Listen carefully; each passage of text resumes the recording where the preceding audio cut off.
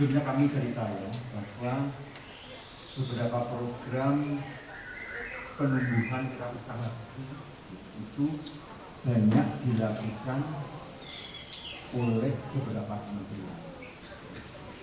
Dari Kementerian Perindustrian itu akan sampai tahun 2024 nanti mempunyai target bahwa di Indonesia itu diharapkan 4% dari jumlah penduduknya menjadi wirausaha.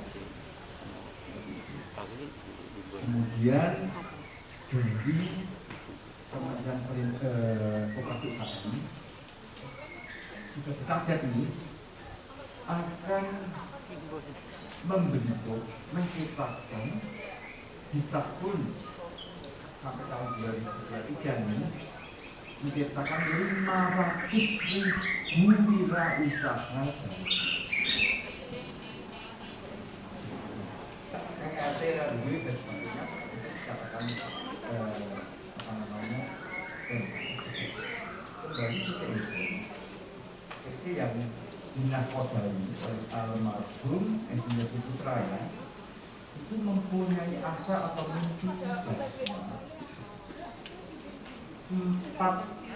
akan memiliki menciptakan 4 juta wirausaha baru. Tidak salah seperti itu ya, 4 juta wirausaha. Nah, tentu saja semua itu kalau disinergikan akan menjadi hal yang luar biasa. Jangan-jangan wirausaha baru dari Kementerian Perindustrian yang tadinya 4% tadi itu, jangan-jangan itu podo yang ada di Kementerian Koperasi, jangan-jangan podo yang akan diciptakan oleh ini dari CIC ini, pupuk-pupukan seperti ini. Nanti mungkin ya Bu Sosi, saya kalau Bu Sosi soalnya pernah di sana. Bu Sosi nanti menjadi wirausaha baru yang Kementerian Perindustrian, nanti menjadi wirausaha baru yang Kementerian Koperasi, menjadi salah satu bagian wirausaha baru di CIC ini. Padahal kan tidak demikian seperti itu. Karena nanti akan menumpuk, kita kalau nanti jumlah dari CIC sekian, dari Kemenpari sekian, dari Kementerian Koperasi sekian. Tidak seperti itu. Nah, ini adalah challenge dari pemerintah Indonesia, bagaimana bisa program ini bisa seiring jalan, bersinergi, berharmonisasi, tidak tumpuk undung, tidak overlap kegiatan satu sama lain. Yang core-nya adalah sama seperti itu. Sebagai penghijauan lahan untuk mengimplementasikan itu, tentu saja Kota Yogyakarta juga mengembalikan makna itu, juga menciptakan wirausaha baru nih. Sebenarnya malah di kota itu sudah semenjak tahun 2014 kok. Ini kan bagian kalau CIC itu kan tahun 2020 kayaknya ya. Seperti itu. Kalau Kementerian Perindustrian baru 2018, kemudian Kementerian Koperasi UKM itu baru 2017. Kota Yogyakarta sudah start tahun 2014 untuk menumbuhkan wirausaha baru. Ini ya dari kota mana ya? Dari kota. Sekali ada yang bantu ya. Nah, bantu kok saya terasa kan bantu gitu ya. Iya, ada bantu ini nggak apa-apa. Karena kan ini memberikan kata memberi manfaat. Cuman ketika saya nanti banyak bercerita tentang program-program kebijakan Kota Jakarta, boleh dari Bantul, dari Sleman, kota ada seperti itu. Mengapa di Bantul tidak bisa mengadop? Gitu ya. Tapi ketika nanti kami akan memfasilitasi, memberi treatment, itu tentu saja Kota Jakarta.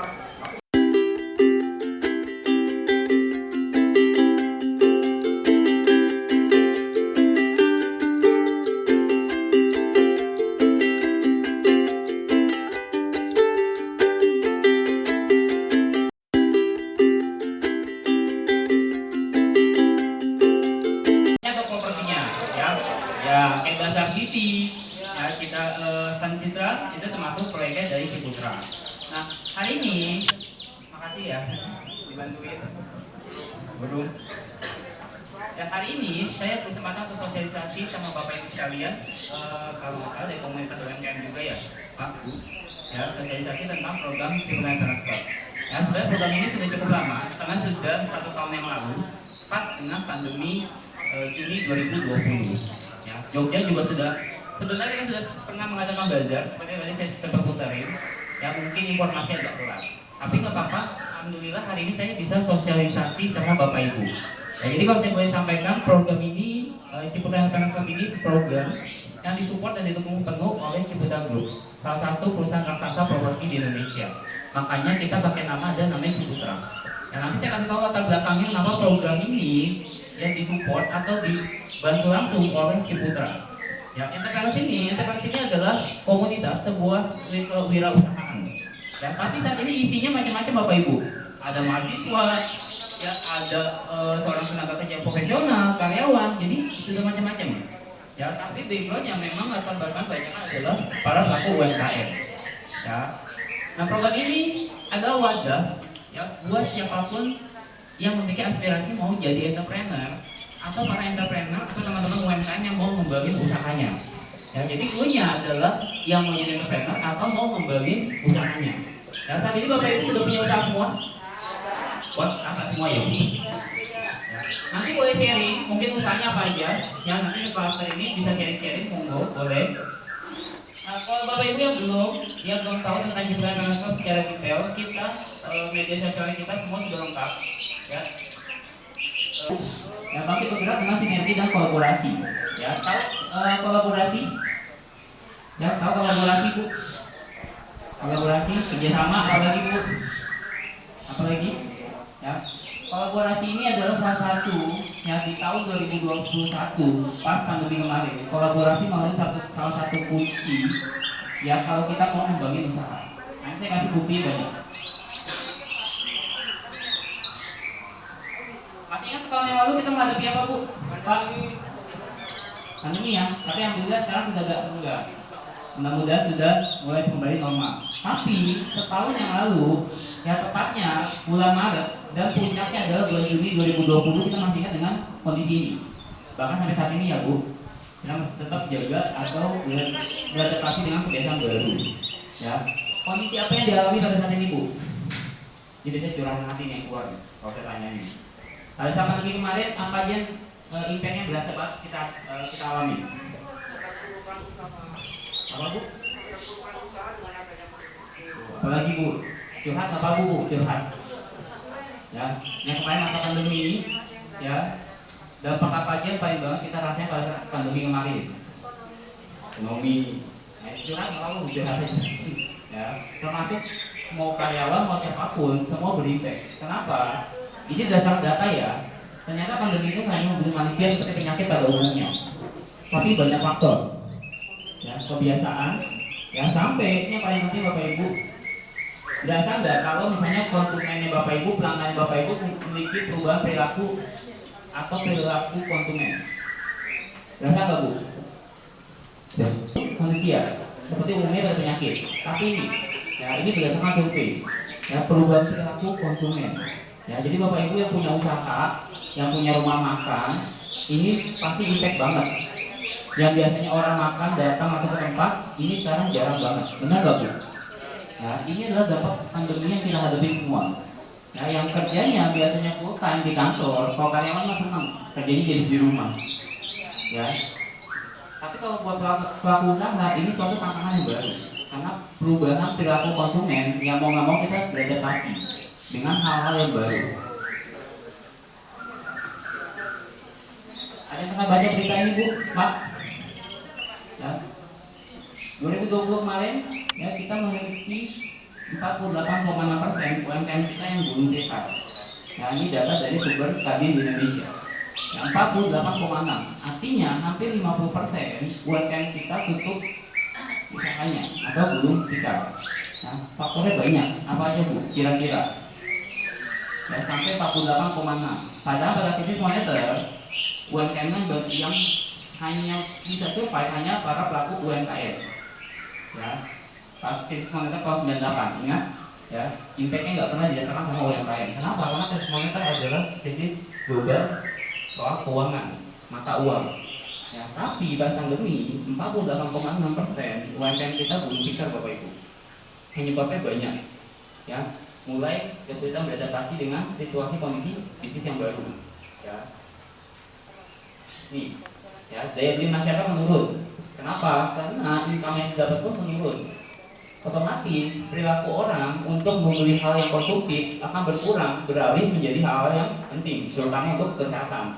Contoh beli masker, Bu, beli hand sanitizer. Ya dulu masker sempat mahal nggak, Pak? Mahal ya, mahal. Bahkan sampai orang stok ya, Bu, punya gedung. Ya, daya beli masyarakat menurun. Kenapa? Karena perilaku untuk hal yang konsumtif akan berkurang seiring dengan menurunnya konsumtif. Kedua, minimnya relasi. Ya. Ketika kondisi sulit, relasi sedikit, membuat kita nggak punya akses banyak untuk bergerak kemanapun. Yang ketiga, kesulitan pemasaran karena pembatasan sosial. Kenapa? Karena eranya akan berubah, Bu. Semua beradaptasi dengan era digital. Semua serba digital. Pernah dengar sekarang beli tanah bisa pakai digital? Apa, Bu? Ada yang pernah dengar namanya metaverse sekarang? Keren loh. Dan virtual. Kenapa? Karena nanti ya diprediksi dunia kita akan berbeda. Segala sesuatu akan berubah ke arah digital.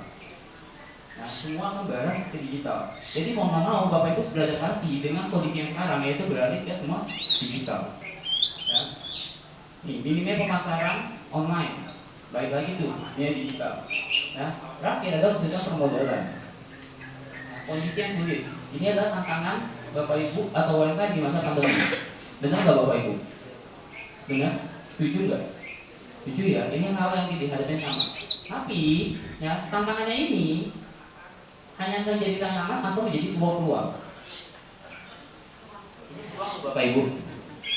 Kenapa? Dunia digital nggak membutuhkan modal besar untuk berakses untuk memulai bisnis. Sekarang ya kenapa tadi video kolaborasi? Karena orang mau buka usaha sekarang nggak butuh modal besar. Hanya butuh relasi dan kolaborasi. Akses pemasarannya nggak usah bingung. Sekarang ada di mana era digital, bahkan ada yang gratis. Marketplace, e-commerce itu masih gratis. Tapi kalau mau meningkatkan penjualan, e-commerce pun masih terjangkau. Ada yang sudah punya Tokopedia, Bu, Shopee, banyak, ya sudah diakses pakai Tokopedia-nya masih yang gratis atau berbayar?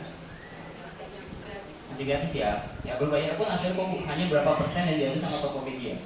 Tapi ratingnya Ibu bisa naik. Kenapa? Karena kalau kita masuk Tokopedia yang jual udah banyak banget, Bu. Barang yang sejenis pun sama. Orang kalau mau belanja online yang dilihat apa? Apa Mas? Kalau pas belanja online? Foto. Apalagi Bu? Hah? Ya foto, ulasan gitu, bintang. Nah, kalau bintangnya kecil orang udah malu. Meskipun harganya murah. Sekarang orang udah lihat harga. Begitu lihat visual, bintang dan ulasan. Ya. So, apa yang harus dilakukan Bapak Ibu? Ya, apa yang harus dilakukan? Pertama adalah berbuat demi usaha. Ya. Kalau Bapak Ibu sudah punya usaha, maka langkah yang pertama di sini adalah berbuat demi usaha. Tahu branding? Ya. Kalau Bapak Ibu beli aqua, ya, yang kita beli apa? Air mineral, tapi kita nyebutnya aqua. Yang dikasih pun belum tentu aqua. Betul nggak? Ya, ada fit, ada apa lagi tuh? Air mineral, tapi nyebutnya adalah aqua. Ya. Kalau beli kopi, apa api? Padahal belum tentu yang dikasih apa api, banyak. Nah itu yang dibilang dengan branding. Ya. Kalau di Jakarta, brandingnya setiap akhir bulan, habis gajian, brandingnya adalah Starbucks, Bu. Sekali Bu padahal. Ya. Kenapa? Karena image-nya orang, ya kalau orang sudah mau pilih Starbucks, mau urusan bisnis, mau apapun, levelnya level atas. Ya. Ya, teman saya adalah karyawan Starbucks, kepala store. Ya, kopi digunakan adalah kopi orang Indonesia.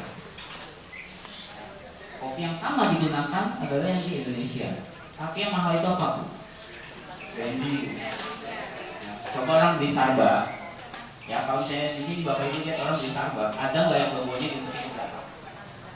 ngomong kita ke depan. Coba perhatiin, bener nggak Pak? Bener nggak Pak? Nah di Jakarta orang di Starbucks nggak mungkin logonya semangatnya ke belakang, pasti kasih unjuk Bu. Jadi begini. Tapi kalau beli kopi kapal api, kopi hitam, ya ini diumpetin Bu. Itu kenapa? Karena suatu branding. Jadi kalau misalnya Bapak Ibu mau survive dengan kondisi sekarang, mau nggak mau, ayo belajar membuat branding usaha. Ya, kalau enggak, ya seiring berjalannya waktu kita akan kalah terus. Kedua, mulai belajar adaptasi proses bisnis. Ya, konvensional mulai beralih ke digital. Kalau nggak ngerti, ayo belajar Bapak Ibu. Ya kenapa? Karena usaha sekarang semua adalah arahnya digital, digitalisasi. Nah jadi kalau kita nggak paham, ayo belajar. Banyak channel, banyak kelas, ya banyak komunitas yang memberikan fasilitas untuk kita belajar bagaimana proses bisnis ke arah digital. Ya, digital itu ada marketplace, e-commerce, ada copywriting, banyak macam-macam. Ya, ada lagi konten, sekarang konten yang lagi marah Pak. Yang buat konten sekarang kita sama buat konten, buat apa cuma ningkatin follower. Tapi follower itulah asetnya Bapak Ibu. Follower itulah relasinya Bapak Ibu. Ya, pernah ada dengar Edozel? Edozel? Penggemarnya Mas? Edozel? Ya, ada namanya social proof. Kalau Bapak Ibu mau buat konten, itu ada harganya, tapi ada garansinya. Gitu. Ya, tapi sekarang jadi konten sosial. Yang ketiga, Bapak Ibu mau nggak mau menyiapin dana darurat. Ya kenapa? Karena sesuai dengan data, ya 70%, hampir 80% UMKM kita belum siap karena kondisi ini. Nggak punya dana darurat, nggak punya keuangan, manajemen keuangan yang bagus. Oh maaf ya, dan arti kata ada yang untuk di operasional masih satu dengan untuk pribadi. Ya, jadi pada kondisi pandemi, ya omset mulai menurun, ya strategi belum ada, kita belum siap ngapa-ngapain, omset mulai menurun, ya modal kepake terus untuk kebutuhan sehari-hari. Ya ketika biaya operasional sudah berkurang, ya kita mau minjem ke bank mana-mana susah, karena pada saat kondisi pandemi, otomatis nggak bisa produksi, itu yang akhirnya mengalami tutup. Padahal kalau istilahnya 5 tahun yang lalu ketika Bapak Ibu mulai usaha punya keuntungan, kita tabung 10.000 rupiah per hari, 5 tahun ke depan berapa Bapak Ibu? Ya, pada saat kondisi pandemi, minimal dari 10.000 yang Bapak Ibu sisihkan setiap hari, 5 tahun ke depan, ketika ada kondisi seperti ini, minimal Bapak Ibu punya persiapan. Ya, nggak punya modal, ya nggak punya impor bank, karena Bapak Ibu punya aset, punya investasi, punya tabungan sudah dijamin 5 tahun yang lalu. Ya, kuncinya nabung bukan besar kecilnya Bapak Ibu, tapi adalah konsistensi. Itu ya, dari seorang financial planner. Besar kecil nggak akan mempengaruhi tabungan kita, tapi konsistensi itu yang akan mempengaruhi. Ya hari ini nabung 10 juta, tapi 5 tahun ke depan nggak nabung juga ya percuma, nilainya akan berkurang. Tapi kalau Bapak Ibu konsisten nabung, contoh setiap hari 10.000, ya, tapi 1 bulan 1 juta, contoh, ya 5 tahun ke depan nilainya akan beda. Itu dibilang, nabung itu bukan banyak besar kecilnya, tapi konsistennya. Makasih saya dibahas ini. Nah yang keempat, ya bagaimana kita mau ningkatin skill. Ningkatin skill kira-kira apa yang menjadi kekurangan kita, pemasaran kah, promosi kah, atau apa? Kita mau ningkatin skill. Cari cara, ya bagaimana kita bisa yang mengupgrade ilmunya kita dalam dunia entrepreneurship. Yang terakhir, Bapak Ibu dari komunitas UMKM dong. Ketika bangun UMKM, komunitas, keuntungannya apa aja Bapak Ibu? Apa aja? Kalau kita punya komunitas, keuntungan kita apa aja Bapak Ibu? Relasi, tempat buat curhat ya Bu. Tempat buat curhat, tempat yang belajar. Nah, itulah pentingnya yang kita punya gabung komunitas, perkumpulan, atau kita kolaborasi. Tujuannya apa? Dan supaya kita bisa dapat sharing, bisa dapat ilmu dan punya banyak relasi. Ya, kalau saat ini ya UMKM yang komunitas yang dibentuk berdasarkan per wilayah di masing-masing, kita rencana sudah membentuk sebuah komunitas yang sifatnya adalah nasional. Bahkan yang member kita sekarang ada di Hong Kong, Taiwan, China, Malaysia, dan Korea.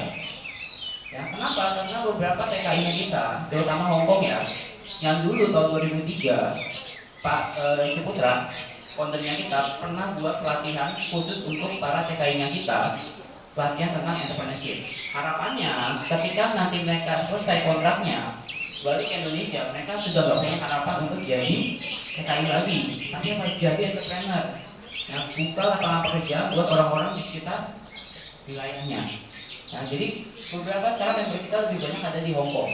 Ya, TKI kita tepatnya, karena di sana ada sebuah komunitas juga perkumpulan para TKI-nya, ya, tempat-tempat curhat juga sama. Dan saat ini, ya salah satu member di kita. Nah, jadi Ciputra Entrepreneurship ini adalah wadah atau komunitas, ya sama halnya seperti komunitas UMKM yang Bapak ikuti. Tapi kita bentuknya adalah tingkatnya nasional, bahkan internasional katanya. Karena member kita sudah tersebar di mana-mana aja. Ini visinya kita Bapak Ibu, kita punya visi, kita punya target melahirkan 4 juta entrepreneur baru di Indonesia. Ya. Tagline-nya kita, Entrepreneur Sukses Indonesia Maju.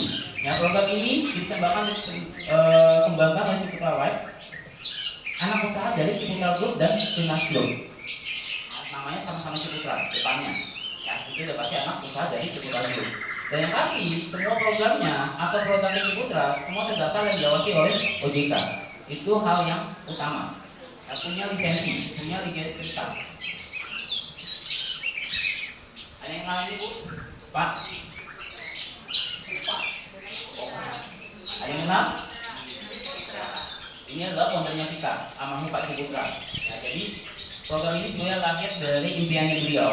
Ya, di tahun 2008 di Medan, beliau pernah menyampaikan salah satu mimpi besar beliau, yaitu melahirkan yang 4 juta entrepreneur baru Indonesia 25 tahun ke depan. Ya, kalau tahun 2008 beliau sudah memulai, ya ini adalah impian beliau. Ya, tanpa harus memanjang latar belakang kasus sosial atau apapun, semua orang punya hak untuk jadi seorang entrepreneur. Ya, jadi kalau saya sebetulnya pernah baca biografinya beliau, ya beliau juga lahir di kota kecil, di keluarga miskin juga. Tapi beliau percaya entrepreneurship itu adalah hak semua orang. Ya, kenapa? Beliau juga percaya sebuah entrepreneurship itu mampu mengangkat harta martabat seseorang, keluarga, bahkan sebuah negara. Kenapa dianggap mampu mengangkat harta martabat sebuah negara? Nah, jadi ada teori yang mengatakan sebuah negara maju, ya, kalau negara itu memiliki minimal adalah 14% jumlah entrepreneur. Ya, seperti China, Amerika, Jepang, itu rata-rata memiliki jumlah entrepreneur di atas dari 10%. Ada yang tahu Indonesia saat ini jumlah entrepreneur berapa? Pak, Bu? Ada yang tahu? Jumlah entrepreneur kita hari ini berapa? Ya, teman-teman. Yang berarti saya kasih hadiah. Ada yang tahu berapa persen jumlah entrepreneur kita saat ini? Oh, kebanyakan Bu, kita jadi negara maju Bu, kalau 10%. Berapa? Hanya 3,1%. Ya, kalau kita bandingkan dengan negara tetangga, ya Thailand, Vietnam, Singapura, Malaysia, kita masih di bawahnya. Ya, tahu sekarang produk-produk sepatu Adidas segala macam diproduksi di mana? Vietnam. Ya, makanya sekarang kita tertinggal dengan negara Vietnam yang memiliki jumlah entrepreneur lebih banyak dibanding kita. Oktober kemarin, berulang tahun saya genap 40 tahun. Ya, kita memiliki 96 proyek di 35 kota. Dan dengan total aset kita mencapai 38 triliun. Jadi kota disebutnya ada hotel, ada perumahan, ada apartemen, ada mall, ada rumah sakit, ada sekolah, itu semua benar. Ya, jadi bisnis Putra tidak hanya sekarang di properti aja, tapi juga sudah berkembang ke ya, apartemen, ya hotel, hotel kita itu salah satu hotel di Putra.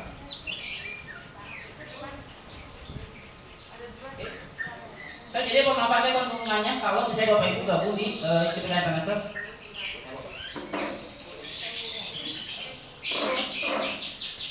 Ya, apa aja manfaat keuntungannya? Yang pertama, kita dapat namanya 4 support. Mulai dari peningkatan skill, pengembangan relasi, akumulasi modal usaha sampai namanya proteksi. Ya, 4 support ini semua akan didapatkan oleh setiap member kita bagi yang mau. Kunci itu, bagi yang mau ya. Kenapa? Karena manfaat ini bukan hal yang dipaksakan, tapi keinginan dari setiap orang. Nah, tapi siapapun yang bergabung di Ciputra Entrepreneur akan mendapatkan 4 manfaat ini.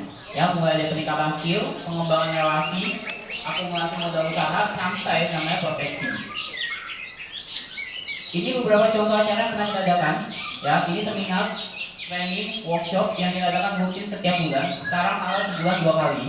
Ya, kita juga undang narasumber orang-orang kompeten, ya, pengusaha-pengusaha sukses. Intinya kita akan sharing dan bagi ilmu bagi siapapun atau member kita yang gabung di acara ini. Kita ada dua, ada yang untuk umum, ada yang khusus untuk member. Nah, jadi acara itu yang umum bukan member pun silakan boleh join. Tapi kalau yang untuk member biasanya kita akan lebih ke technical.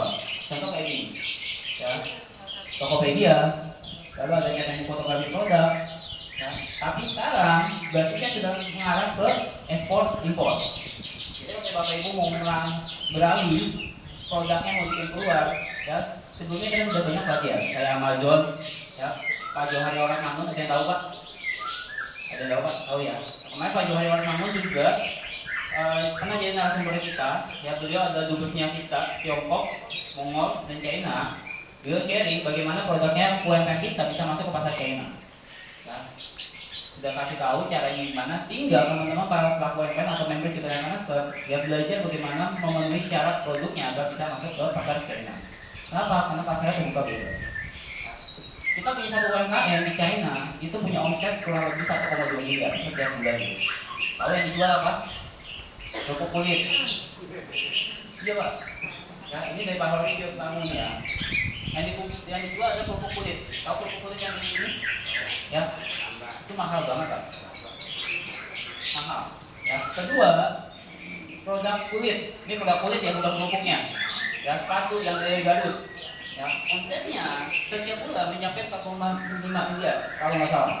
Kenapa? Karena harganya di sana bisa naik 10 kali lipat. Tapi syaratnya ada. Syaratnya apa? Kualifikasi supaya bisa dikirim ke sana. Nah, acara ini gratis. Ya, kita ada bilang acara pada yang member dan non member. Tapi kalau member biasanya lebih ke teknikal. Hal-hal poin-poin yang memang penting kita di-share ke member-member kita. Yang kedua, dari segi pengembangan relasi dan promosi usaha, setiap member kita yang sudah punya usaha, ya, bisa mempromosikan usahanya melalui platform digitalnya kita atau media sosial kita. Ya, semuanya gratis. Bapak Ibu tinggal klik link registrasi promosi usahanya. Ya, tinggal klik, ya, usahanya apa aja, ya, ceritain usahanya, tinggal klik ini, nanti dari tim kita yang akan bantu untuk buatin konten. Nah, seperti ini. Ini konten, desain semua dibantu sama tim digital kita, ya. Setelah itu kita akan boosting dan kita posting melalui media sosial dan platform digital kita, termasuk webnya kita. Ya, jadi Bapak Ibu tinggal isi nama usahanya Bapak Ibu, produknya apa, ya, lalu apa yang mau dibuat promosi, ya, buat di share di sini. Nah, ini semua konten, ya, desainnya dibantu sama tim digital kita, lalu kita posting dan kita boosting. Nah, artinya kita iklanin melalui platform digitalnya kita atau media sosial dari Ciputra. Atau Bapak Ibu bersepakat kita undang untuk acara FB live streaming atau saatnya namanya IG live streaming. Ya, ini bentuknya promosi usaha, tapi lebih kayak talk show, live show. Ya, jadi Bapak Ibu bisa kasih link produknya langsung, bisa cerita langsung, ya, bisa ya di share. Ya, ini beberapa member kita untuk acara pakai HP sebelum kerja kan. Ya, HP di online. Ya, Zoom di kenapa Bu? Virtual ya? Ya, ya enggak, ini adalah kalau FB dan IG.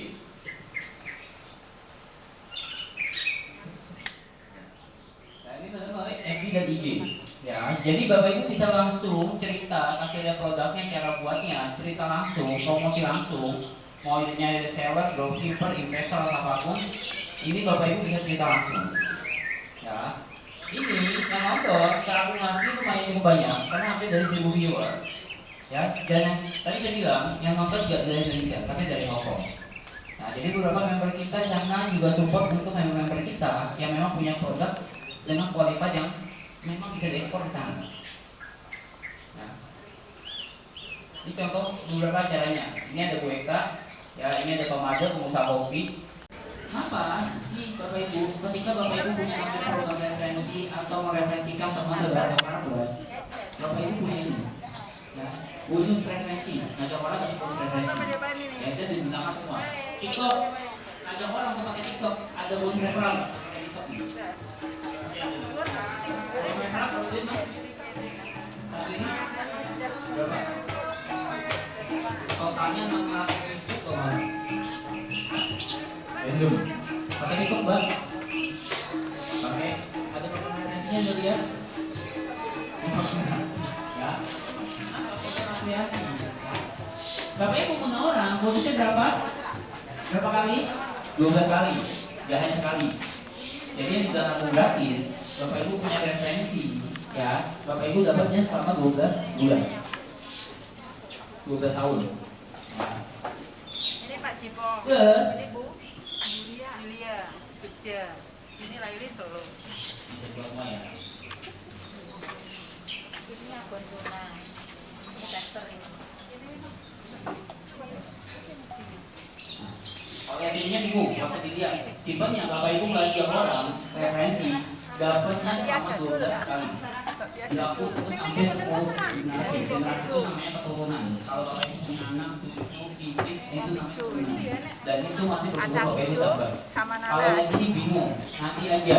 Ketika Bapak Ibu sudah jadi member, kita Tapi satu makan marem. Kenapa ini bukan hal yang wajib.